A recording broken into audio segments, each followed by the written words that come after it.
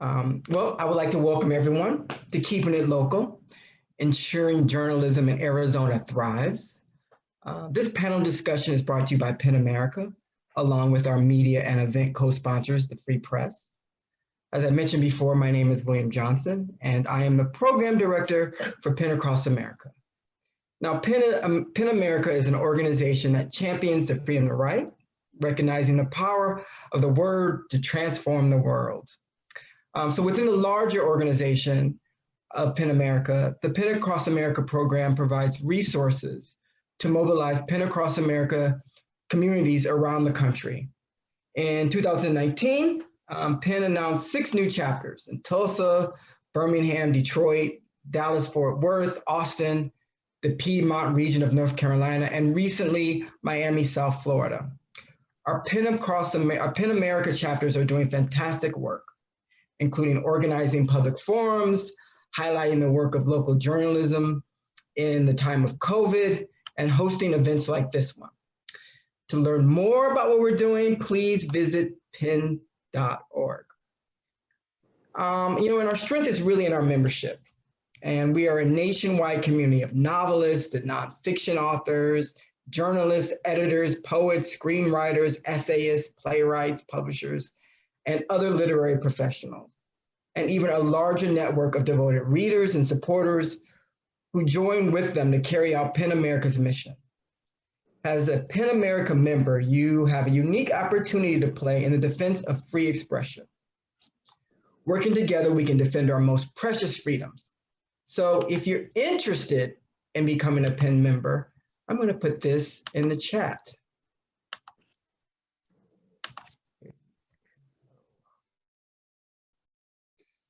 And more information on how you can join and become a member of PEN.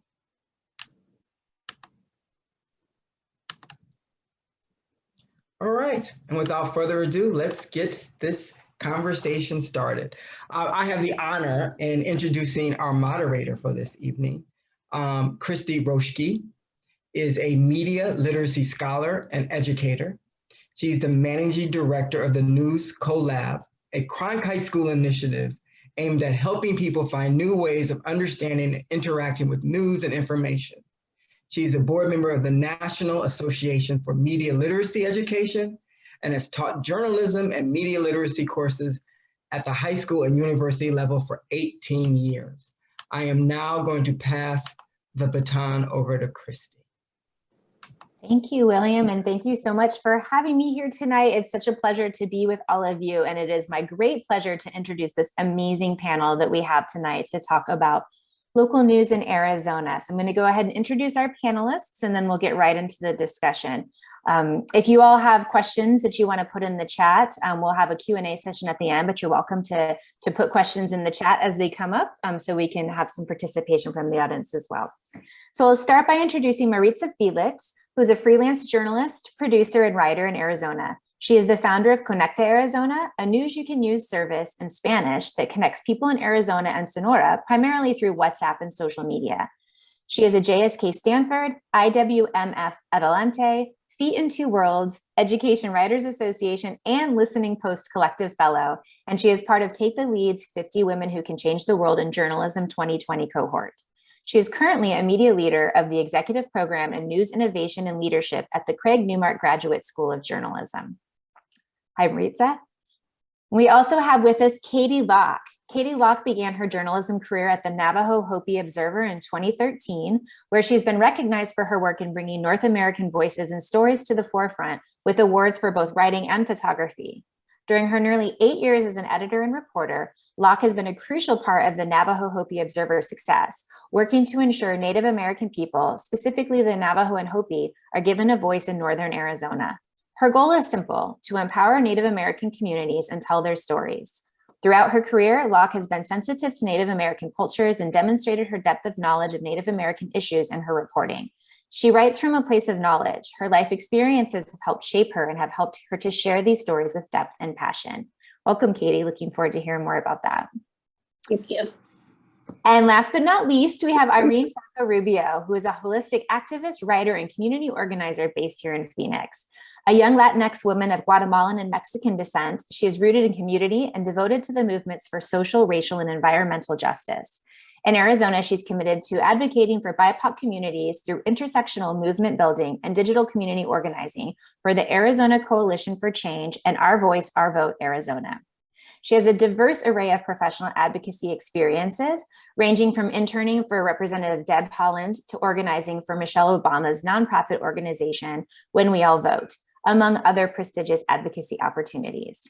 Franco Rubio is currently pursuing her undergraduate studies at the University of Southern California, and in her capacity as a writer and public thought leader, she's a Public Voices Fellow of the Op-Ed Project at the Yale Program on Climate Change Communication, and continues to pursue her work as a Gen Z media professional, centering her work at the intersection of activism, media, journalism, and justice as a global citizen and catalyst for change.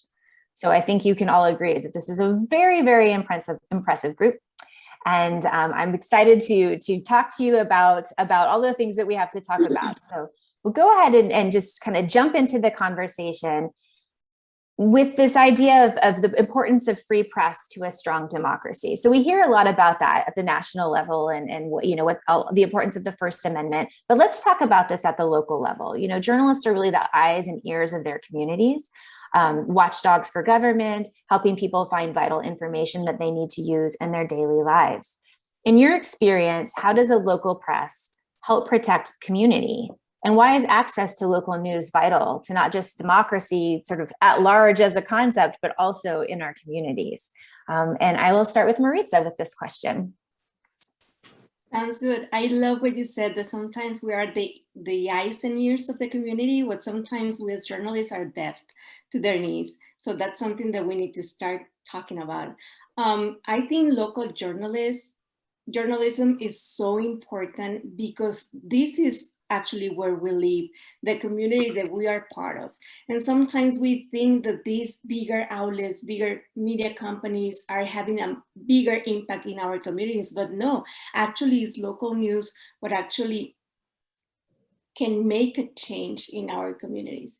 I noticed it through Connect Arizona. When I started with this News You Can Use service, I stopped and I start listening again to the community that I serve. I start asking questions and stop assuming what they need. And it surprised me sometimes because we think that probably Spanish speaking, they just need immigration or vaccines or free stuff as their news. And actually it is not. They were worried about politics, the border, the elections, the Sharpie gate during the election period. And they have the same issues and the same concerns as the whole community, but they're not getting the same kind of quality information in Spanish because local media outlets are struggling.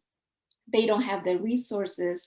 They don't have the journalists that are working for those newspapers in Spanish or TV stations in Spanish.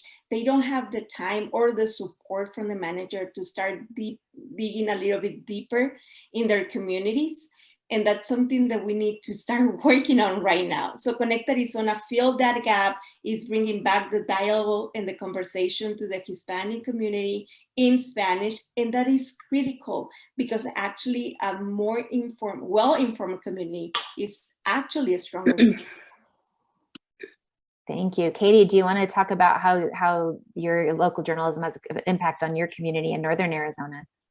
Yeah, I agree so much with what was just said. And also, like we were speaking about, when I think of community, it's such a bigger community. I think of, the Navajo Nation is 26,000 square miles and it encompasses more than one state. And so I still think of that as community though. And then the Hopi tribe is in there as well. It seems like it seems when I first started at the Navajo Hopi Observer, I definitely don't feel like Indigenous voices were being even heard. And it's so important to have representation in the news for stories that are important to that community as well. And that's definitely what I've tried to focus on because I feel I'm a news junkie. I'm a political journalist. I love everything about media and news, even with its bad parts. But the power of local journalism to help communities is representation, is voices being heard.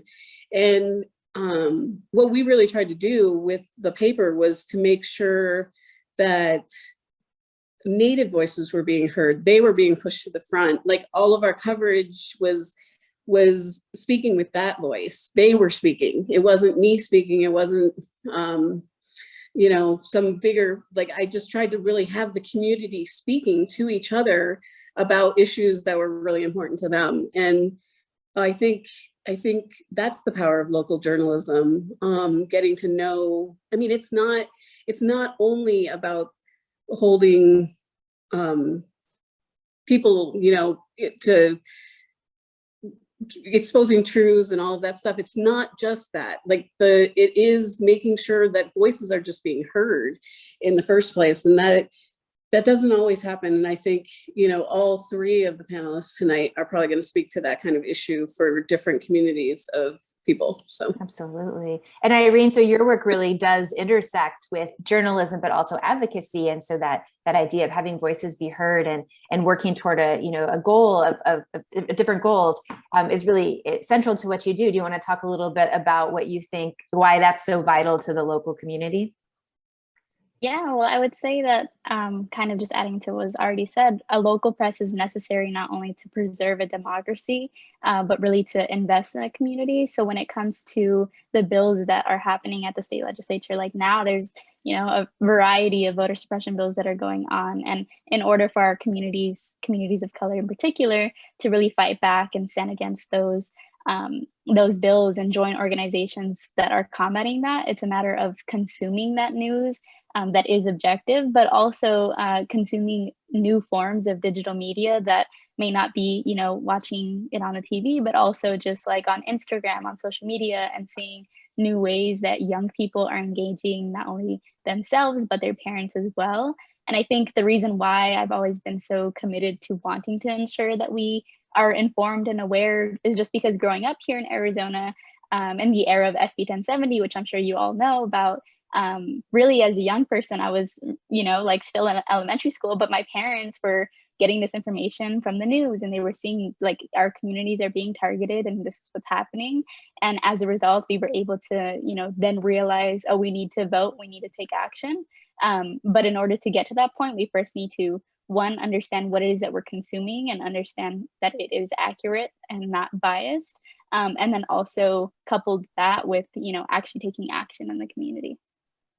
That's great. It's such a good point. And knowing kind of which voices, which I suppose authoritative voices that to give our attention to, those, how we determine who's credible and who we want to give our trust to, is a big, important part of the local news ecosystem. And so many conversations around declining trust or lack of trust or mistrust in local journalism. I want to talk about that for a minute.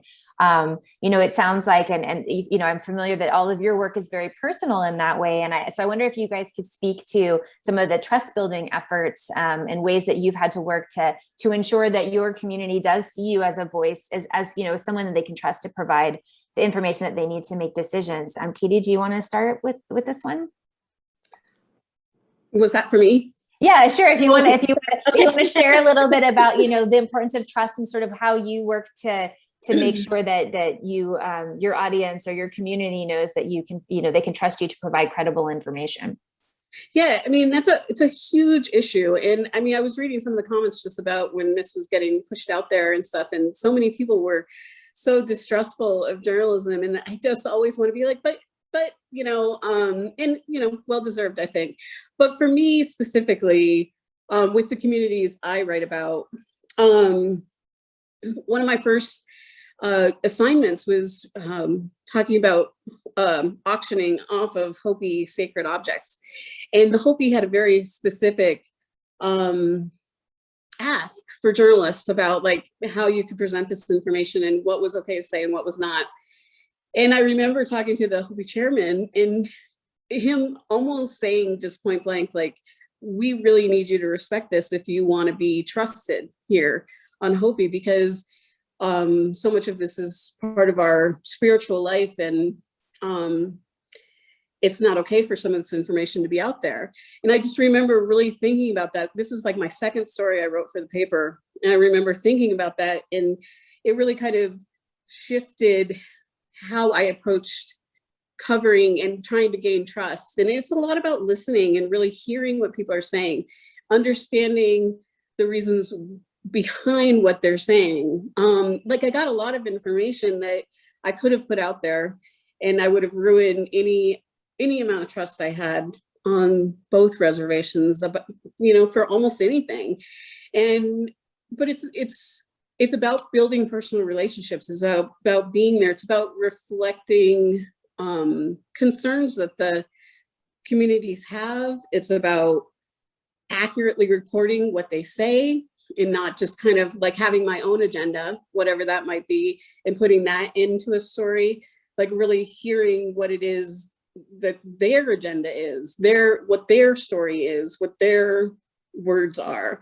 And I really have really tried hard to make sure that I am proud of what I put out there personally, because like it's my name on it. So I don't want it to be something that's not true for sure, and something that's not accurately reflected of a conversation that I've had. And I feel like, you know, I've spent a lot of time making sure that my stories have been that way. And I think that's partially how you build the trust. And it's not like it's always easy. It's not like I write only good stories, you know, so it's not like, you know, I'm not pushing the boundaries and stuff, but you still have to make sure that you're coming from a place of truth for yourself and for the communities you're representing. Sure. Yeah. I mean, because it's like one of the downfalls potentially of like trying to build trust is that doesn't always mean I'm going to write nice things about you, you know, particularly when we're writing about, you know, powerful public figures. So I think that's something that a lot of people don't understand about the process of journalism, is how hard it is to cultivate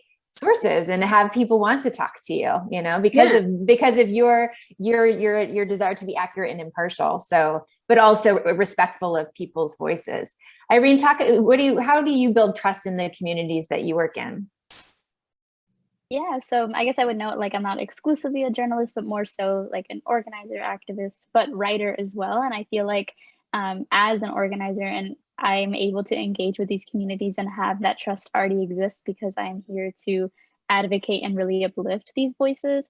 And so rather having folks just feel like, oh, I'm just going to consume this news, instead it's us going out there and seeing it firsthand, and then, you know, reporting that, whether that be on Instagram, like Instagram Lives or however that looks, and having them see firsthand, like, here's what it is. I firmly believe that, well, objectivity doesn't necessarily exist, and there is bias that we all have. And when it comes to reporting on, you know, this new kind of era of social justice movements, it's important to see it as it is, and not to just assume that here's what this side thinks and here's what this side thinks, but really it's like, you know, Black Lives Matter, and like, that's just what it is.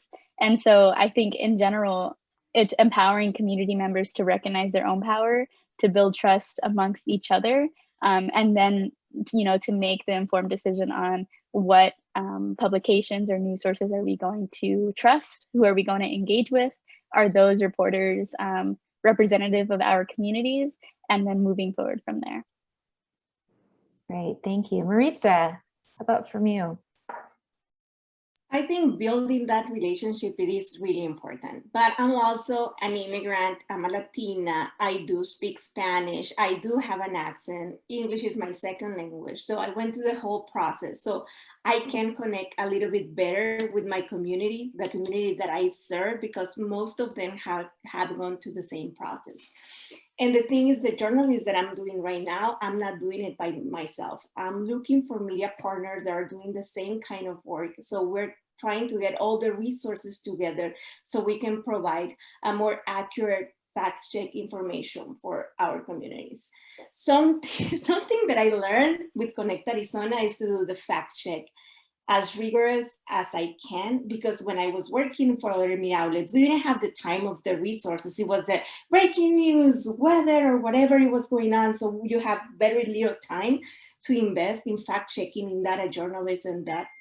And that's something that now I can do as a freelance journalist, as the director of Connect Arizona, and has helped to make a stronger journalism. I'm with Irene because I don't think there is any objectivity in journalism. I think what we need to shoot for is being human. And actually, when we don't know a thing that they're asking us, for example, the Connect Arizona, when we're having conversation, I do say, I don't know.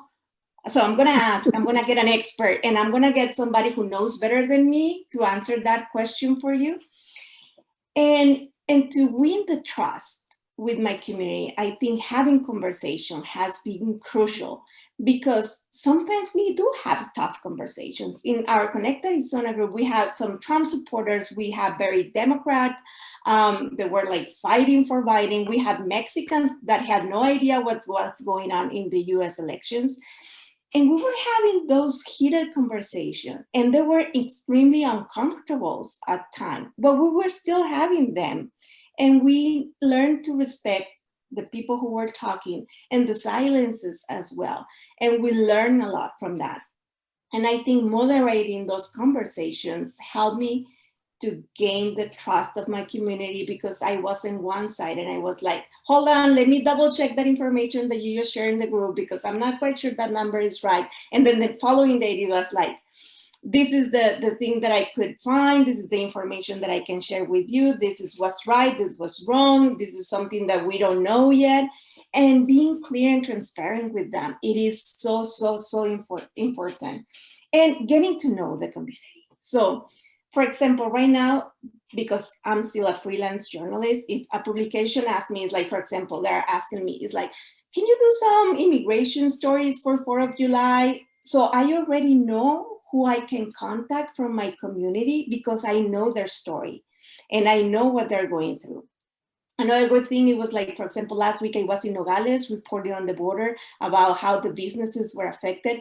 I knew the business owner because I have been working in the border for so long that I already knew who to ask and who to interview. And the good thing is, like, I posted a video in my WhatsApp group, and then the former US ambassador in Mexico contacted me, and it's like, Maritza, I want to talk to you about what you saw in the border and how important it is for everybody to see this in Washington, so we can push this opening forward. So I invited him to my radio show and everything. But he was like a high profile person who reached out to me that I have only like 2,000 followers in Twitter, and that's it. But it was so helpful because people could actually relate to that, because they knew me and they knew the work that I was doing. Great. And I want to get to a little bit more about some of these entrepreneurial ways that you're reaching audiences at, beyond sort of the traditional, but I do want to, because I just noticed, I want to ask about objectivity, just because when we brought it up, I saw all of your faces, you kind of nodded in agreement about, that there is no objectivity, this traditional notion of sort of modern journalism, that objectivity is the goal. If not objectivity, I know, Maritza, you just said that, our goal is to be human as a journalist and have these conversations. Is there, Katie and Irene, do you have something, another word or something else you would say we should strive for? If it's not objectivity, which I guess I would define, and maybe I should ask you what your definition is. I would define objectivity as this idea that, like, reporters report from a neutral point of view, that there's a this side and a this side, and we're going to equally represent these sides, whatever that means. And in the end, there's going to be no sort of scent of a point of view. That's my definition. And you may think of it differently. So yeah. And I mean, it's not synonymous with balance necessarily. So I agree with you. So I'm just curious to hear, like, what would you say we should strive for as journalists, if not objectivity? And anyone can go first with that one. Yeah, I'll jump in really quick. So I think it's important to really value and utilize your perspective. So instead of objectivity, it's really honing in on what community do you come from, what is your lived experience, and how does that influence the stories that you're going to seek and the sources you're going to get. Because I don't think we should be completely shitting out, like, in my case, I am a woman of color. I'm from Phoenix. I, have a Guatemalan dad and a Mexican mom, and like, this is who I am. But I also recognize that there is a need for, reporting the facts and reporting it as is. But I do think reporting it through your lens and then having a variety of lenses with those facts, and to then come to a conclusion on your own is probably the best way, rather than teaching, you know, these new journalists to think like you can't have a personality, you can't be an activist, you can't do all these things, when in reality we're living in this new world where we need to like preserve our democracy, and there's things that you just can't ignore anymore. And I think, like, you know, we're evolving, and it's time to shift the way that journalism and journalists report, really. Yeah, I agree with a lot of that. I think when I talk to students at NAU, I tell them, like, you bring yourself there, like you bring, you know, your experiences and everything come with you. And it's really important that, yeah, I just have a problem with the word objectivity, I guess. I definitely feel like it is, I believe in truth. I believe in facts. And I believe that, but I believe journalism is an activist endeavor as well. Like you're seeking truth, and just in that is a little bit of activism, like what you choose to write a story about, what you choose to, what angle you're writing from, all of that are choices that you make. And just pretending that you don't care about the subject. I mean, there might be some things that you cover that you don't care about, but when you're getting into like for me, just all of the Indigenous stories I cover, it's hard to be, like, it's hard not to care. And I want to care, and I want the person reading my story to care in the end. And the only way you can do that is by putting that care into your story. And, you know, it's not just like I'm stepping back and I don't feel anything about this story. I don't write from my own point of view, but I care about the people I write about. I care about what I'm writing about. And I think they're important. And I think that's what journalism is. I think that's what we want young journalists to be, is if you want change in your community, if you want people to care about local journalism and local news, then you have to be connected to the work you're doing. And I feel like that comes through when you're not just like balancing the story with this many quotes from each side. It's like, I do think that there is truth there. And I think that we've lost sight of that a little bit from where we are right now. And I think that that's more important than just straight up, I don't have an opinion about anything that's happening in this world. Thank you. So Maritza, I see in the chat that you said we all report from our own background and perspective, but we do it from a very fair and respectful way. I think that's great. Do you want to add, is there anything else you'd like to add on this? Yeah, and I think since the moment that we choose the quote that we're going to use, the SOT that we're going to use in our articles, we're not being completely like separated from the story, and we shouldn't be separated from the story, like Katie said. I think that we can be fair and we can be balanced and not always agree with the story that we're working on. But for example, if I'm reporting a shooting like the El Paso shooting, and you can see the pain around you, and you obviously you're writing from that because you're thinking, it's like, oh my God, I bought in that Walmart. My mom was in the shop at the time. What would have happened if something happened to her? So obviously we can relate. When I was covering the Gifford shooting in Tucson, and I was at the funeral of that little girl, it was like, how come I cannot feel the pain that they're feeling just because I'm a journalist? No, we actually feel. But the thing is, like, we need to like sometimes put our feelings aside, just use whatever we need from them to write a very powerful human story, but then make it fair and balanced all the time. And I think we don't need to be teaching the new generations just to set aside and say, them, the community, and us, the journalists, we are in this together and we're human, and it's okay to be human. Mm-hmm. And sometimes this issue of objectivity doesn't come just from the reporter or the journalist doing the work in the streets outside. Sometimes it is about management. because every media outlet has its own agenda, and we need to say it out loud. If not, why are you looking for Black reporters when the Black Lives Matter movement gets heated? Why are you looking for a Latina looking TV person to do your stand-ups in the border when we're talking about immigration?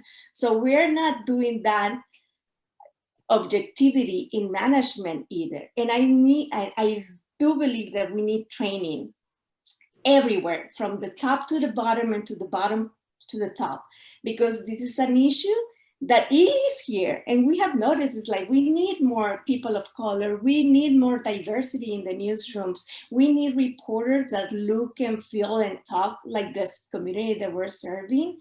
And we need them to train them to be fair, not distance when they're doing the reporter. Thank you so much. I'm going to ask a question about some of the challenges of being in local journalism now, and I want to bring in a couple of questions in the chat that sort of relate to this. So we know that local journalism is facing a number of challenges, and you all are in unique situations in that you work for, you're freelance in some cases, or work for smaller specific publications serving specific communities, so not big organizations. So I'm curious to hear what are some of the challenges that you're facing. And Rebecca asks on some more of the entrepreneurial sides, or about business models, and if you could talk about some of the ways that, I guess Maritza, this is maybe specifically for you, how you started funding and sustaining your work, and then Becky asks, sort of related, how do you distribute information to those communities that you're trying to reach, where they live online, right? If they're not reading a newspaper or coming to your website, how do you reach those people? So this is kind of an all-encompassing question, but sort of under the umbrella of the challenges we face in the local news ecosystem in 2021. And I will say, I guess whoever wants to start can start. I can start with Conecta, for example. We don't have a sustainable business plan yet. I'm working on that. That's why I'm studying at CUNY. But I've been really lucky that I had a seed grant from the Listening Post Collective that helped me to start Connect Arizona. And then with the support of the JSK Community Impact Fellowship from Stanford, I was able to sustain myself and then being able to focus just on growing and establishing Connect Arizona. And now what I'm focusing is trying to make this sustainable, because I don't want the membership to pay for my work, because I don't want to put another barrier to Spanish speaking audience, because they already have to pay for everything. And then what we're doing for distributing the information is meeting people where they are. Is like, we don't have time to be sitting down waiting for the newscast anymore. We don't have time to be waiting for the newspaper. In the pandemic, nobody was going out to buy a newspaper. It's like, we're meeting them where they are. It's like, and we know to know where they are. So I know my community is in WhatsApp. I have a different community in Facebook. I have a completely different audience in Instagram. And then I'm preaching to the choir in Twitter to all the journalism, because my people is not in Twitter.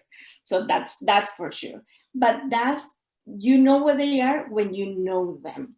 And then what I do with the WhatsApp group is I have distribution lists. I send them news and information and resources, and I invite experts to a cafecito. And then everything that I do, and for example, today we have the Mexican Council in Phoenix joining our WhatsApp group.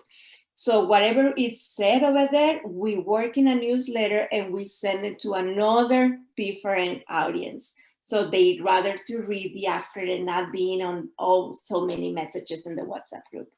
So I think we need to know the audience to know where they meet them and how they want to receive their news. And we learn that asking, actually. I do ask them all the time. It's like, are you on Facebook? Do you read news on Twitter? What do you like to see on Instagram? So I'm always asking, and then listening to the response will help you tailor that. Katie?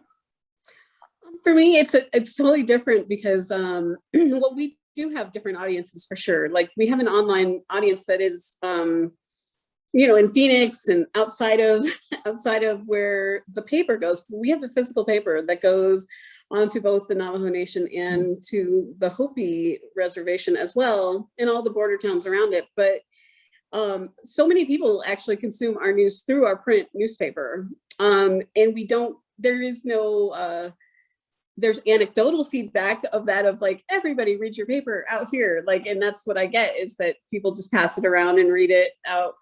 Tons of people. I mean, I get it all the time from people when I'm just thinking I'm just talking to myself and having a great conversation in the paper with myself. I'm like, then somebody will come up to me and say, no, everybody reads it out here. Everybody knows who you are. Everybody picks up the paper. So, and it's a free paper. So that's one thing as well. So I don't have some of the things that the other two will have with this, but challenges are, I'm one person and I have two stringers, and we cover the entire Navajo Nation and the Hopi Reservation. And so, you know, challenges are just time, and,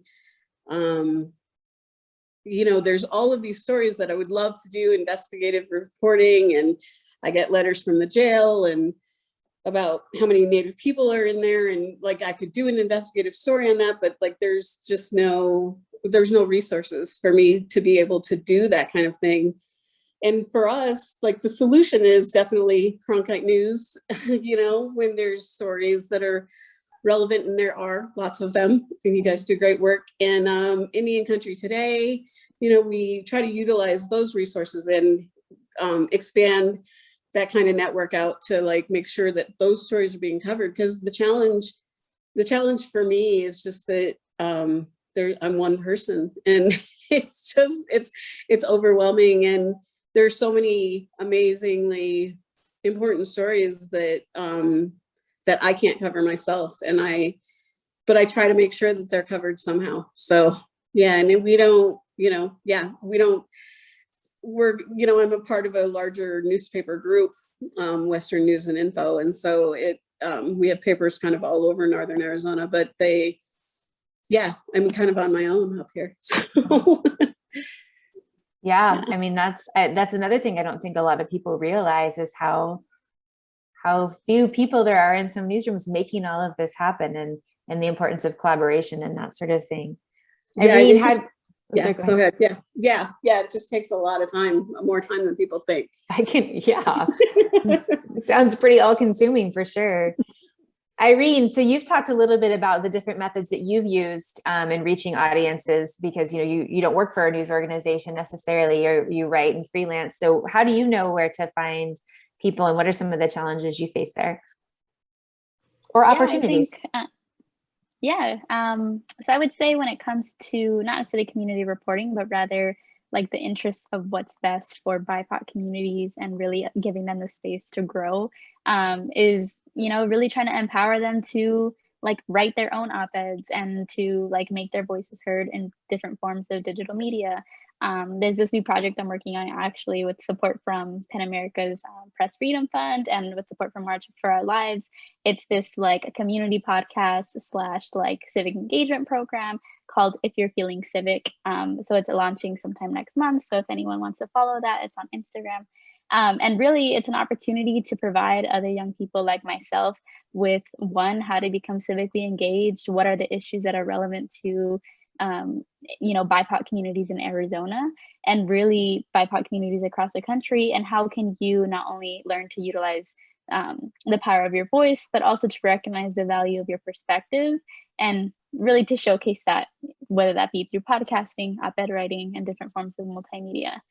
So that's one way that I'm hoping to further engage and really uplift and invest in those who just traditionally haven't been invested in. I think growing up here, I wasn't always really exposed to, you know, a lot of the ways that I could engage. I didn't know what it meant to organize or be an activist. But it wasn't until I really, you know, got to college and had the privilege of being able to see like, oh, there's all these things I could do.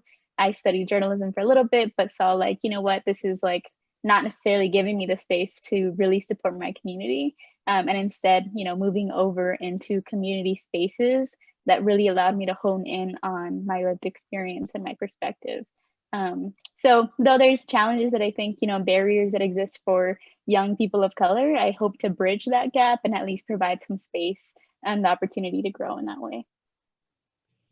Well, your podcast sounds very awesome, and I cannot wait to hear more about it and be able to listen to it. So we're going to turn it over now, just for briefly, to Doki Fasihian. She is the interim Washington director for PEN America. She's going to talk to us a little bit more about sort of PEN America's efforts in Congress and what we can do to help support local journalism. Thank you, Christy. I appreciate it. I'm very happy to be with all of you this evening. It's really been fascinating to hear all of you speak about your communities and the role your journalism specifically is playing to connect individual voices to their neighbors, to the larger community, to politicians at the local level, at the national level. I mean, local journalism is really the glue that keeps our social fabric together and our democracy running. I want to tell you a little bit about what PEN America and other NGOs and industry experts have been working on. We have been observing the decline of local news for many years, and we've been actively trying to raise alarm and raise this issue with lawmakers in Washington. And some of this work is now actually paying off. There are several measures now making their way through the legislative process. And in fact, there are champions even from the state of Arizona, namely Representative Kirkpatrick, who is a champion of supporting local journalism. I want to just also put a little bit more color on the problem, both for Arizona and the country, and then kind of delve into what PEN America has done and what those of you that are listening can do to help. So right now, Arizona has 6 counties with only a single newspaper, and it's witnessed a 25% decrease in its number of local outlets since 2004. And to repeat the problem on a national level, we've seen nationally 2,100 local outlets close since 2004. And some 3 million people have been left with no newspaper at all, and over 1,500 US counties with just 1 newspaper. And this is disproportionately affecting rural communities and minority communities.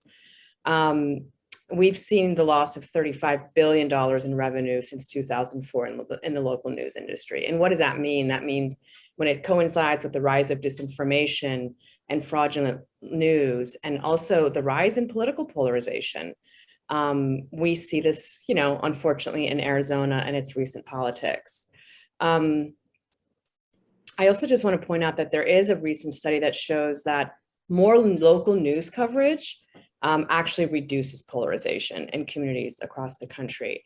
And many of you spoke a little bit about, the issue of trust, between, local journalists and their communities. Studies again have shown that Americans trust local news and their local stations and their local newspapers more than national media outlets. And that is something like 76% of Americans report trusting their local TV news, 73% report trusting their local newspapers. So in 2019, PEN America put out its seminal report, Losing the News, and it looked really deeply at the problem and at this issue. And our recommendation was that we really need, this issue is so serious, and it is a threat to our democracy, that we really need federal action. And we recommended the establishment of a federal commission to analyze the problem and to suggest solutions to lawmakers. We were successful in getting interest by Senator Brian Schatz from Hawaii, and then Michael Bennett from Colorado, Amy Klobuchar.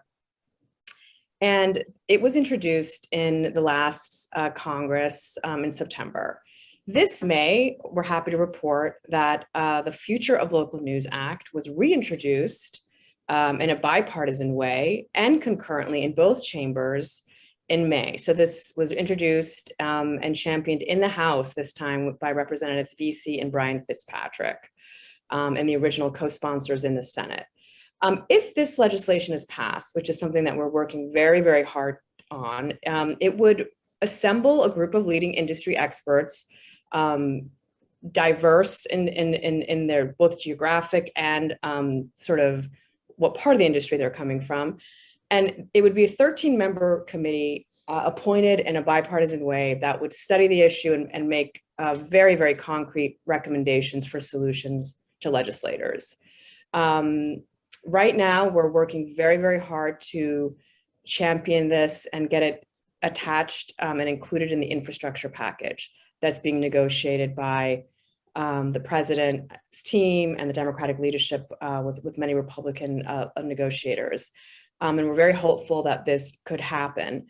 You know, I don't want to go into too much more detail. I do want to just say that everybody can help to get this done. And we have set up an action alert where individuals and interested folks can take action and contact their members, their senators and their representatives to support this legislation.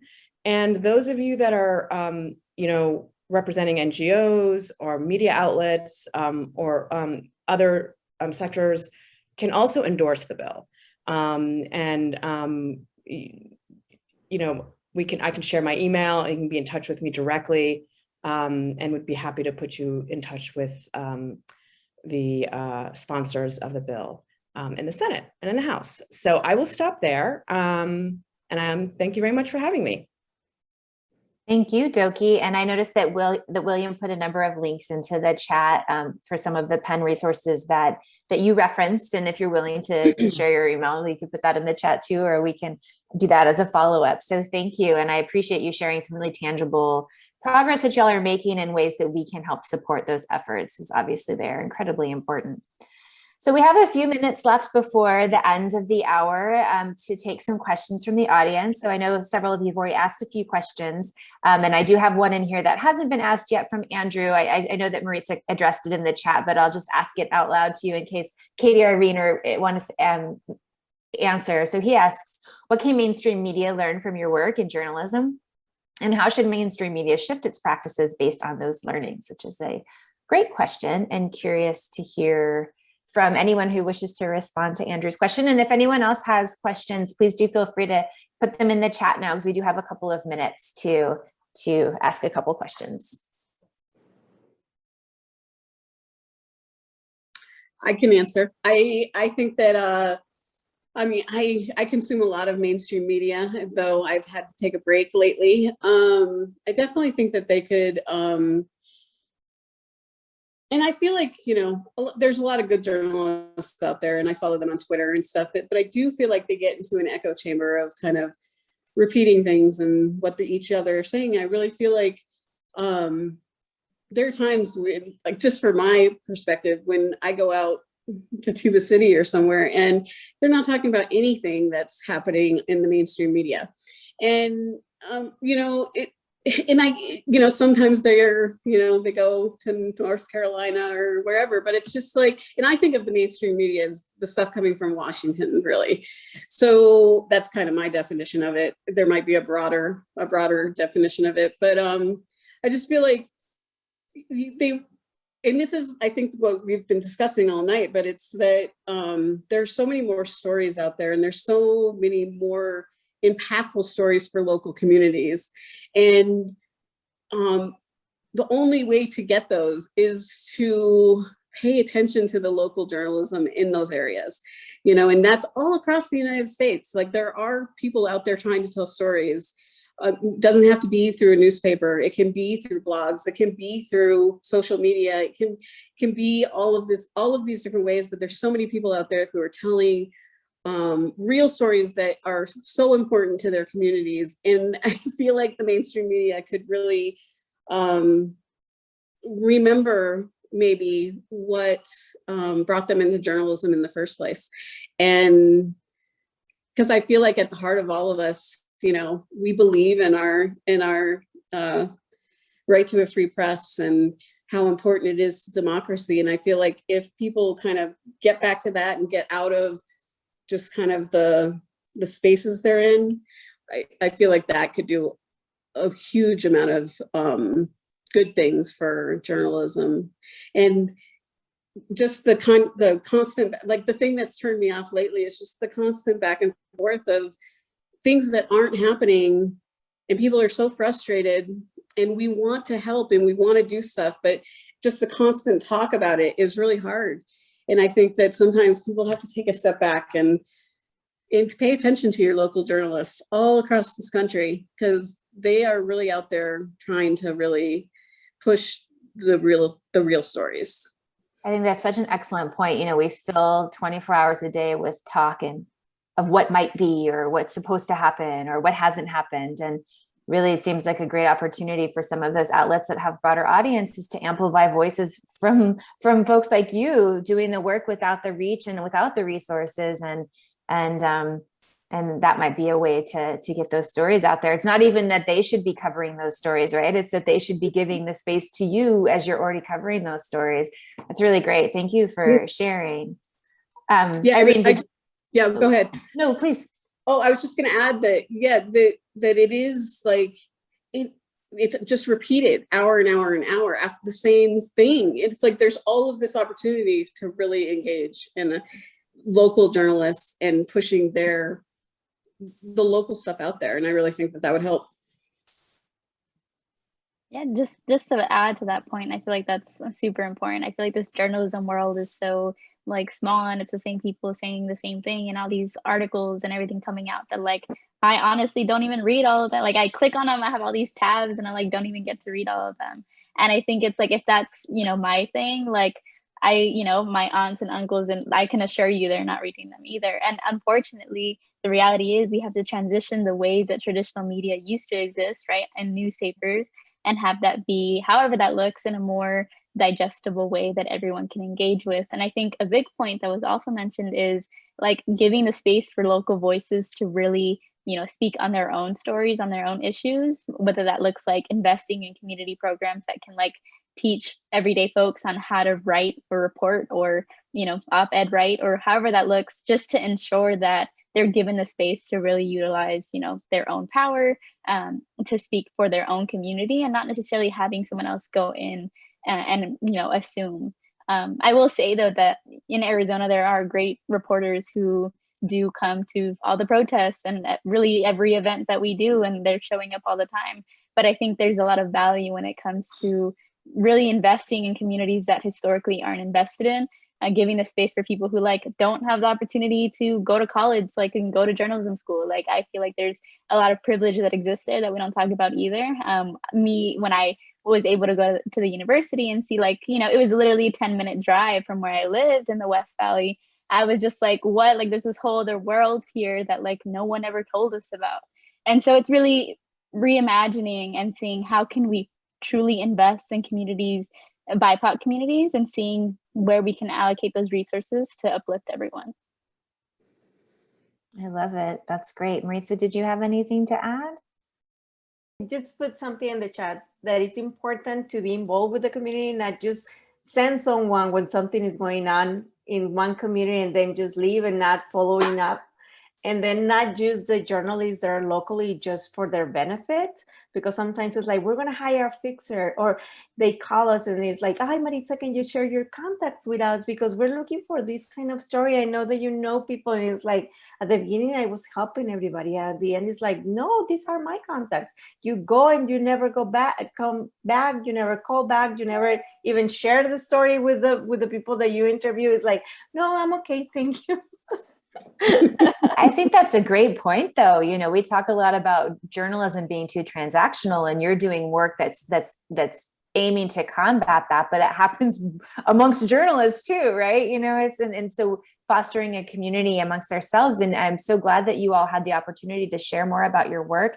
If you want to leave links to your stuff in the chat, if you haven't already, for the folks that are here, I'm just so grateful that you all took the time to share your thoughts on local journalism in Arizona with us tonight. Thank you so much. Yes, and unfortunately, it's closing time. Yet again, panelists, if you have anything you want to throw in the chat, any information, any contact information, please do. I actually learned so much from this conversation. I'm enlivened. It's late here in New York, but now I am energized and full of energy just from this discussion. It was so dynamic. So I want to thank all the panelists, and Christy, thank you for your compassionate and intelligent, rigorous moderating skills. I really appreciate it. So thank you. And yet again, if you are interested in becoming a PIN member, I'm going to put that in the chat one last time. So thank you. And remember, folks, please support your regional news outlets, and please support your regional reporters, because they're doing some really fantastic, vital work.